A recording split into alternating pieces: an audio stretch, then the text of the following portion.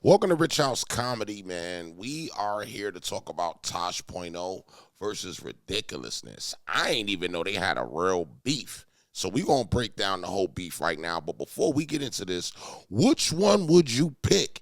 Tosh.0 or Ridiculousness? Which one would you say was definitely more funny or more savage and more connected to you?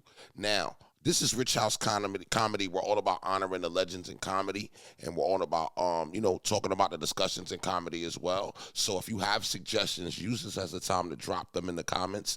Let me know where you're located so we can connect. Don't just sit there with the goofy, oh, man, yeah, you.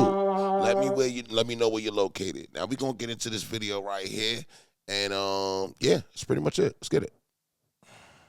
Escalated quickly when Rob Dyrdek threatened Daniel. Oh no, when I start my videos, we need to see it I need to hear the first second of my video. What started out as a friendly competition over two similar TV shows escalated quickly when Rob Dyrdek threatened Daniel Tosh. Then again, Tosh joking about Rob being a PDF file was potentially taking things too far. Oh. Apologize for what? You being a bitch?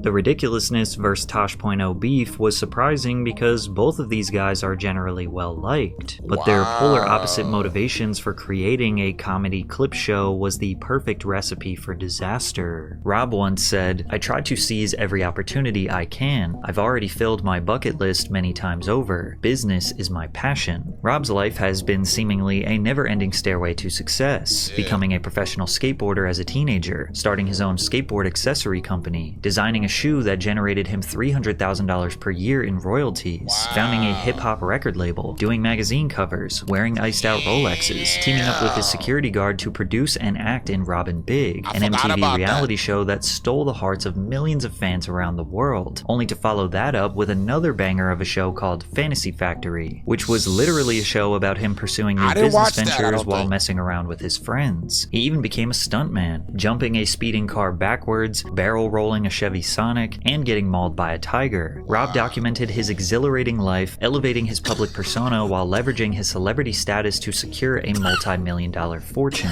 Daniel Tosh, on the other hand, once said, "Stand-up is the only thing I have ever been good at, and even that depends on who you ask." While Rob was steamrolling through life, accomplishing everything his heart desired, Daniel Tosh was merely focused on one thing: building a comedic legacy. I waste so much time in my life. I could have accomplished so much more, but I have no dreams, like real dreams. I sit at home thinking about, how come nobody with a Lamborghini ever pulls up next to me and is like, "Hey man, you want this car?"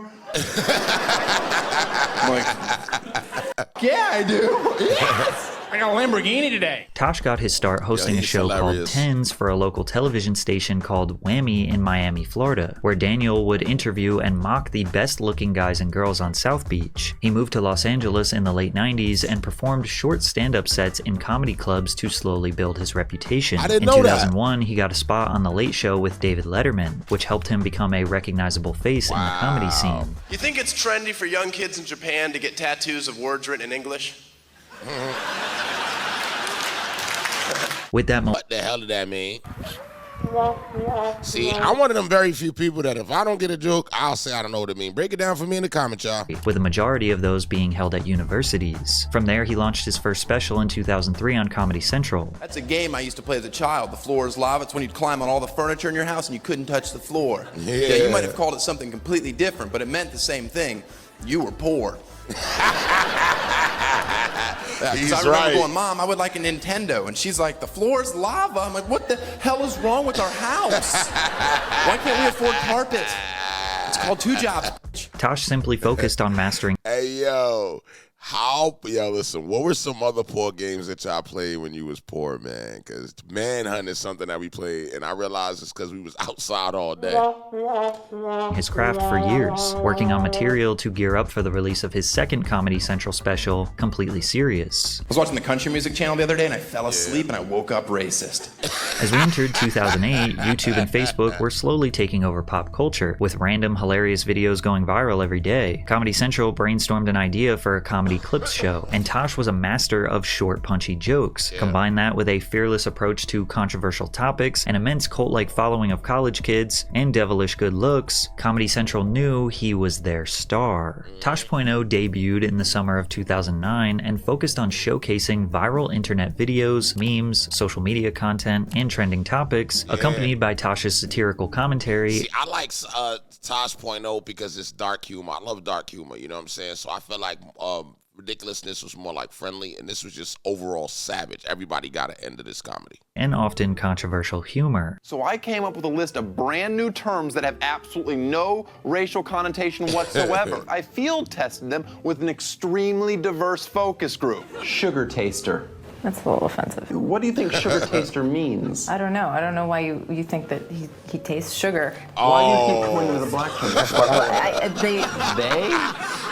The concept of this show is not really original. Before Tosh, you had The Soup, hosted by Joel McHale, Web Junk, hosted by Patrice O'Neal, and even YouTuber Ray William Johnson laid the foundation for Equals 3 slightly before Tosh. Now, most clip shows rely on the clips themselves to produce the humor, almost removing the need for a host in the first place. And while Tosh did find good content that is funny, shocking, or absurd on its own, more often than not, it was his jokes and commentary that actually made the clips funnier. Seems you guys finally pushed the foremost authority on style past his breaking point. This video is for all you stupid f***ing trolls and haters online, saying mean and hurtful things about fedoras. You're not the only cool guy whose hat game has been mocked. You wish you could pull off a cloche. You imbeciles know nothing of this hat. But what made Tosh.0 stand out from all the rest was the iconic web redemption segment he would do at the end of every episode. Tosh would invite one of the individuals who became viral for embarrassing or cringeworthy moments on the show for a chance to redeem themselves. He would interview them with his signature sarcastic humor and allow them to share more details behind the viral clip, then finalizing the bit with a reenactment of their viral moment with an absurd or comedic twist. He brought on classic internet stars like Welvin D's Nuts to Great. You know Malone, right? Carl? No, Malone. No, what's Malone? Malone. Oh, I got it. He also brought on pretty much every iconic local news viral sensation. Sweet Brown, the I Like Turtles kid, and Antoine Dodson. What do you want people to know about you? They know I'm openly gay. That's mainly what I want to get out. I don't give.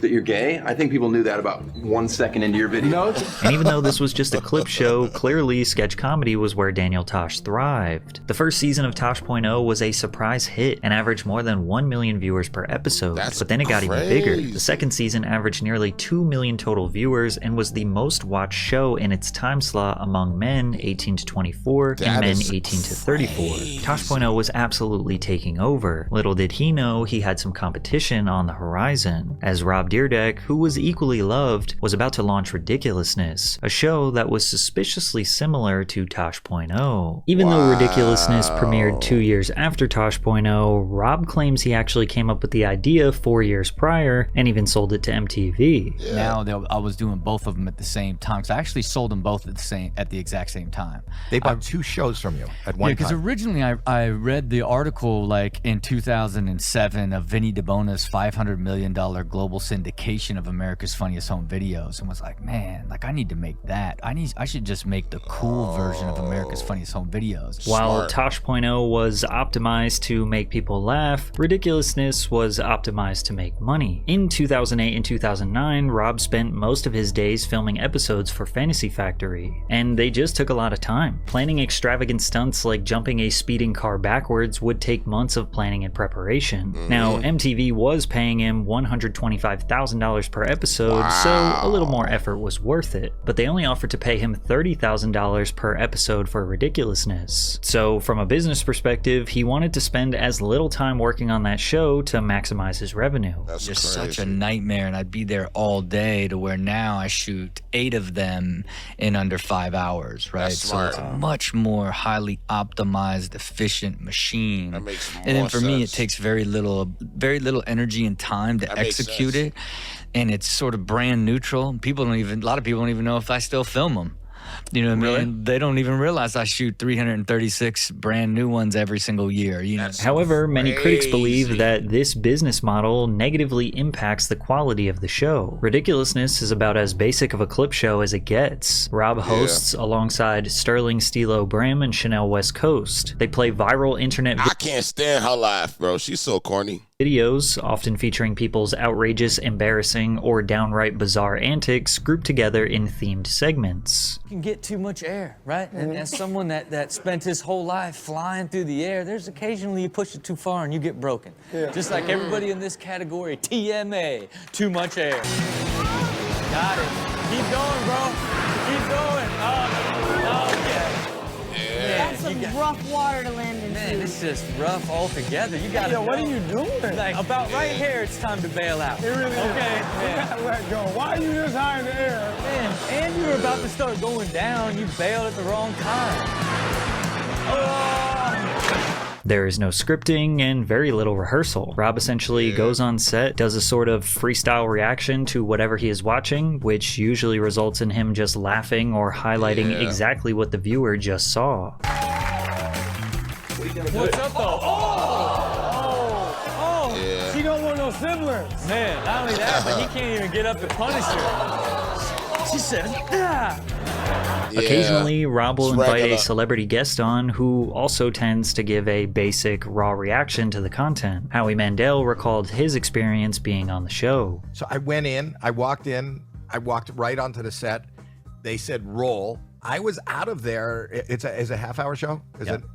I think I was out of there in 40 minutes. Season 1, Episode 1 of Ridiculousness aired on August 29th, 2011, and started off hot, averaging about 2 million viewers per episode. That made it extremely competitive with Tosh.0's viewership, so he decided to say something. Tosh tweeted, "Congrats, Rob Dyrdek. New show looks very funny and familiar." Dyrdek fired back, "Thank you so much, Daniel Tosh. Maybe later this week, you, Bob Saget, and Tom Bergeron can come down to my factory and play." This sarcastic back and forth between the two seemed harmless, but secretly, Tosh was plotting his revenge on Rob. Shortly after their online exchange, Tosh.0 dedicated an entire web redemption segment to trolling Rob. Tosh interviews his guest, who was a skateboarder that was struck by a vehicle in his viral video, only to find out that they are conducting the interview in Tony Hawk's pool. You got to. You got to get back up on that rail. Hey, you kids, how many damn times I gotta tell you to quit draining my pool? Now fill it back up or I'm calling the police. You've always been this cranky old man Hawk. You kids are wasting your lives. No one's ever made a living riding a skateboard. Now get! Tosh bringing Tony Hawk into a sketch dissing Rob Dyrdek is Drake-level pettiness. Anyways, brings his guest to a skate park inside of a warehouse called Daniel's Childish Dreams Factory for Young Boys Only, which is quite literally the exact same building as Rob Dyrdek's Fantasy Factory, but with sign cover. Tosh is dressed exactly like Rob, wearing a zip-up hoodie, a flat brim hat cocked sideways, while holding 2 puppies. Welcome to my Childish Dream Factory for Young Boys Only. Oh, well, I like the Fantasy Factory. No, it doesn't. This is my own original idea that I had years ago before he did. I was just too busy with other projects to see it through. This place is awesome.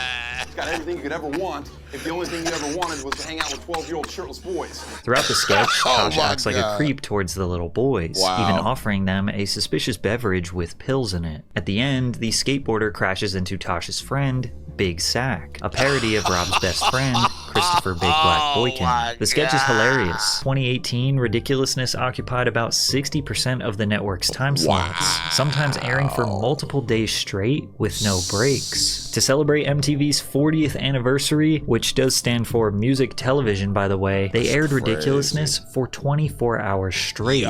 Ridiculousness has produced 42 seasons, having over 1,000 episodes, and likely has hundreds, maybe thousands of more episodes to come. The production company Rob Dyrdek built that produced Ridiculousness, called Super Jacket, he sold to Thrill One Sports and Entertainment for $190 million. You know what I mean? Like, I just go and like freestyle them. Like, I'm like it for 30 minutes and it's like, oh, you just did a flawless show where you just made everything up. You know what I mean? It's like, it's really just sort of this fun, fast-paced experience. But make no mistake,